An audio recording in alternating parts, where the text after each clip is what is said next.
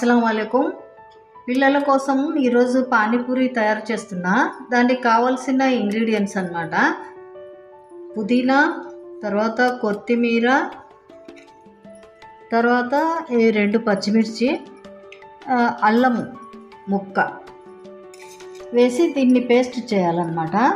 మెత్తగా పేస్ట్ చేసి ఒక బౌల్లో, సర్వింగ్ బౌల్లో వేస్తాము. చింతపండు పులుసు వేయాలా,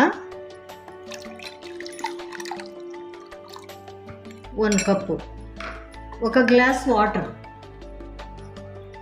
ఇందులో జీరా పౌడరు ఒక చిన్న స్పూన్తో 2 వేసుకోవాలా. తర్వాత 1 గ్లాస్ వాటర్ కలపాలా. తర్వాత ఉప్పు తగినంత, రుచికి తగినంత ఉప్పు,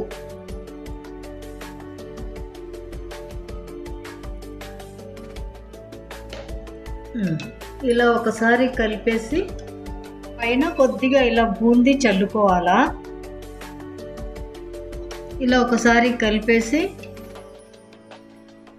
పెట్టేసేయాలా. పానీ రెడీ అయిపోయింది. ఇప్పుడు పూరీ చేసుకుందాము. మార్కెట్లో రెడీమేడ్గా దొరుకుతుంది పానీపూరి. ఇది తీసుకొచ్చి మనము ఫ్రై చేసుకోవచ్చు. ఇలా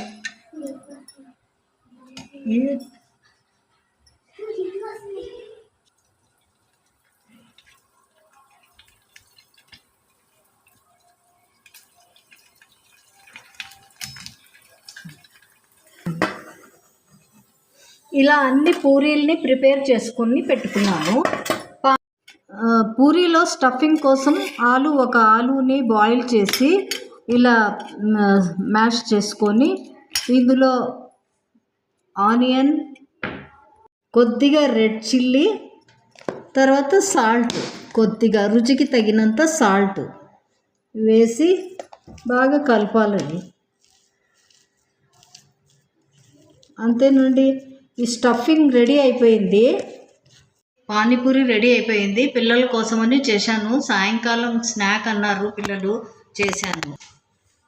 మీకు నచ్చితే లైక్ చేయండి, షేర్ చేయండి, సబ్స్క్రైబ్ చేయండి.